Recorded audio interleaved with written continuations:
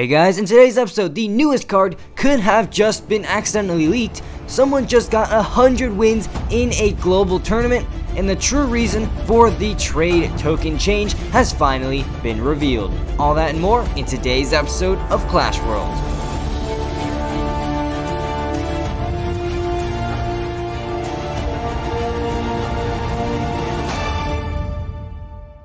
Hey guys, Legendaray here, and welcome back to another episode of Clash Worlds. In this weekly show, we take a look at the most recent announcements from the Clash Royale team, the hottest topics in CR eSports, as well as what's going on in the community. Then, we'll finish off the episode by breaking down the meta and featuring my off-meta deck of the week. If you're enjoying Clash Worlds, then please leave a like, subscribe, and hit that bell to get notified of every new video that comes out. Also, go check me out on Twitter. I'm pretty active on there now, so link will be in the description. And with that out of the way, let's get right into the first section, New in the Arena.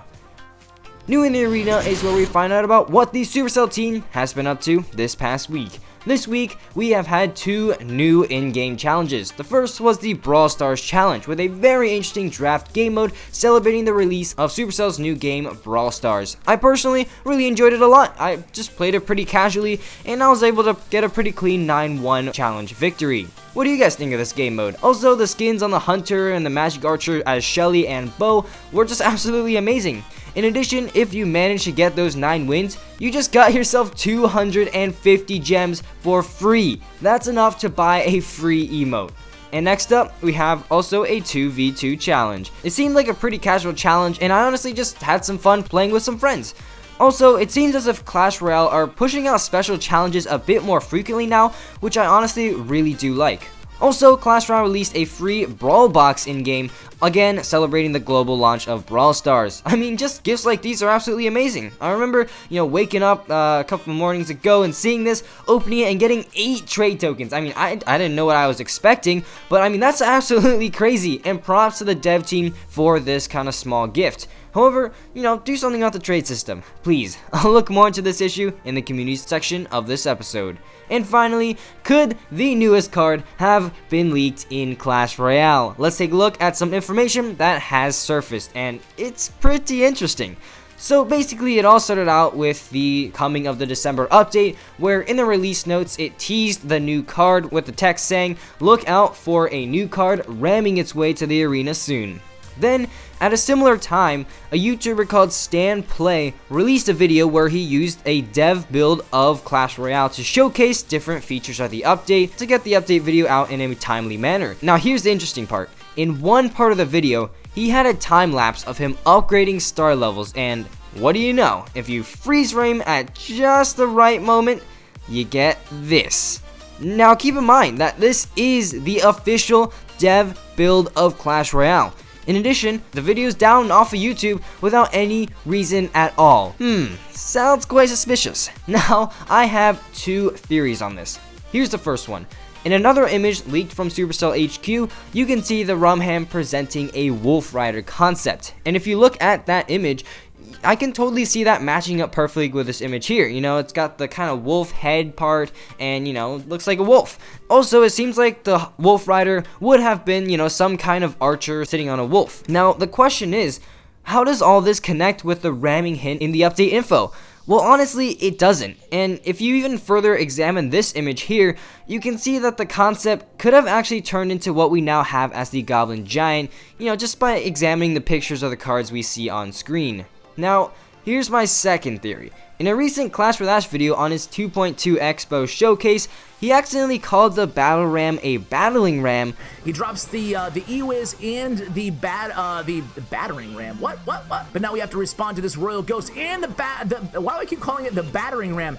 Now, Clash with Ash has also, like Stan, a dev build of the game. And also, he was probably able to play with several features that we all have no idea about. And of course, like everyone with a dev build, they're also under a contract where they can't publicize certain information. So, was this just a simple mistake, or was this an actual reference to something in the dev build that we just don't know about? In addition, this matches up perfectly with the App Store hint. However, this theory doesn't match up so well with the leaked image. This just doesn't look too much like a battering ram. I mean, maybe I could see it being the head of the ram, but I don't know, I might just be, connecting some pointless dots here. So, could this actually be the next card added to Clash Royale? This is actually a lot of interesting information, so be sure to let me know what you guys think about this in the comment section below. Now that's gonna do it for New in the Arena. It's time to check out the eSports update. The eSports update is a segment where we take a look at the new and rising pro players as well as recent eSports competitions. Now this week, someone has finally gotten 100 wins in the global tournament. I'm sure you all know about this already, but the achievement was claimed by Igor, whose in-game name is Hazard. Now what deck did he use? Mortar Bait. Oh boy, Expo wins the first global tournament and Mortar wins the second. Siege is back, baby. If you do want to see gameplay of this incredible feat, be sure to check out the video on Clash with Ash's channel. The gameplay is just absolutely stunning. And now that we're caught up with the most recent esports news, let's check out the rising rumors. This week, the trade change in the recent December update has gone under quite a bit of heat. Here's a post on Reddit by Juanman23 that I think very effectively summarizes the whole misunderstanding with this change. Of course, link will be in the description, but I'm gonna summarize it for you. So basically, the main point of the trade token change was not meant to stop trade sniping. I repeat, it was not meant to stop trade sniping. However, trade sniping reduction is a side effect of this change, which I think was a big reason as to why it was added. The main reason that trade token change was implemented was to stop players who abused the system. How would they abuse the system? By creating 5, 10, or even 50 or more bot accounts. Put them in a clan, write some sort of script and run it, and have them automatically farm tokens for you. I mean, you don't even need to win, you just need to be able to participate in the clan war in order to get that war sack, in order to get those tokens.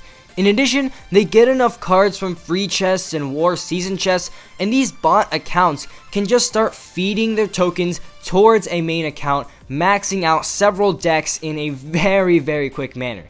Now this just honestly doesn't work for Supercell. It simply breaks their revenue model. And from this point of view, I can honestly kind of see why this change was made. But here's the thing. Why didn't they just communicate this reason instead of just saying, oh, we're gonna stop trade sniping? Just tell us that there were ways that people were abusing the system, and I'm sure a lot more players would understand this change a lot more. It's that simple. So it pretty much seems like the old system isn't really gonna come back. So how can you deal with this issue? By communicating with your clan before sending a trade. Since trades have to be mutually beneficial, don't just put up a random trade and expect someone to use up one of their precious tokens and accept it. Instead, communicate in the chat. Say, hey, is anyone willing to give me tornadoes? I'll give any other epic card or something along those lines.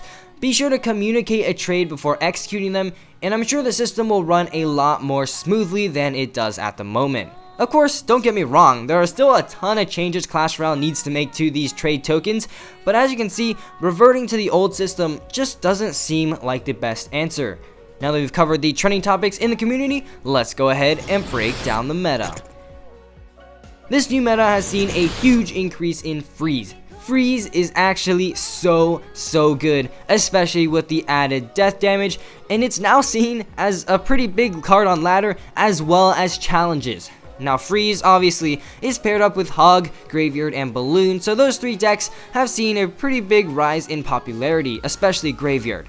However, aside from those three decks, Three Musketeers are super popular, P.E.K.K.A. Control is also super popular, which is expected, and there's also those annoying Barbarian Hut decks. And finally, Siege is also somewhat viable now, with an increase in bait and a pretty big increase in beatdown popularity. So, that's the meta for you guys, and now let's check out the off-meta deck of the week.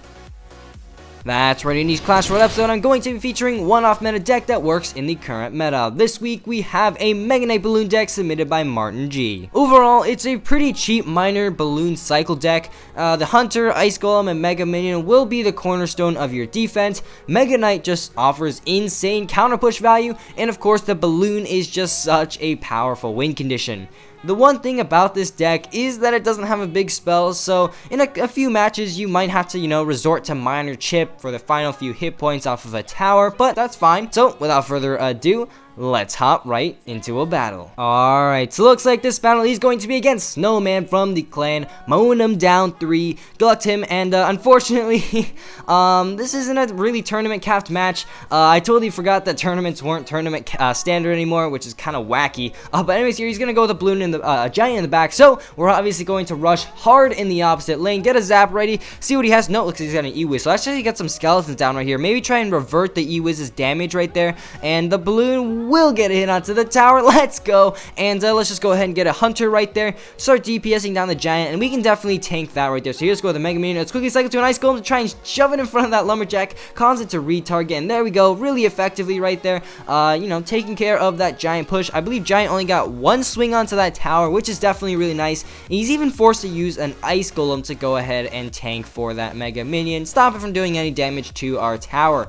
So, you know, relatively good start. We're controlling this giant deck pretty well, and as we reach 10 elixir, oh, okay, he's gonna go in with a witch in the back. So here I'm just gonna quickly cycle. Unfortunately, it's kind of an awkward cycle. I don't want to play my Mega Knight down yet because I want to plop it down on top of the witch. So let's just quickly cycle some skeletons in the back. See if he has a giant. No giant. So let's just go ahead and slam that Mega Knight down on that witch. Get out of town. And let's see what he has here. Okay, he's gonna go with a giant. So of course, Hunter right in his face to go ahead and just absolutely pummel him.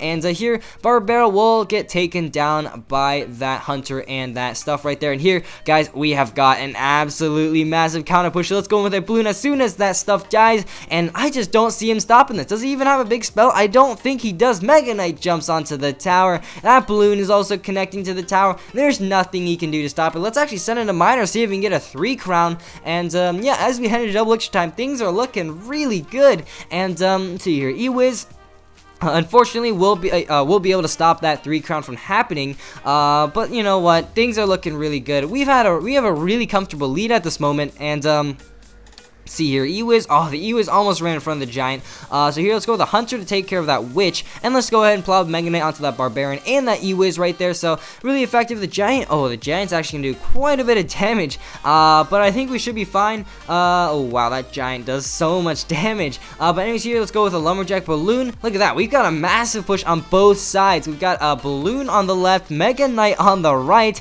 and 27 seconds left in this match. We're just absolutely dominating right here. So yeah, Hunter will DPS down the giant. Let's actually send in a miner, see if we can get a 3 crown. Oh wow, okay, we can actually get a 3 crown. Let's do a quickly zap right here. Try and get as much damage as we can on the tower. Come on, can we get the 3 crown? Miner just needs 1 more hit, and boom, let's go. GG, grabbing a really dominating victory with this very, very fun deck. So yeah, there we go. That's the off-meta deck of the week. It's definitely a really, really fun deck. Mega Knight is always a really fun card to play with its jump damage, and the balloons just, you know, a really interesting win condition in combination with the miner and hunter, which you also don't use that often. So if you guys want to submit your own deck to be featured next week, feel free to leave your deck in the comment section below. But unfortunately, guys, that's all I got time for in today's video. If you enjoyed, please leave a like down below, as well as a subscription to my channel. And as always, this has been Legendaray, and I'm signing off. See you guys next time.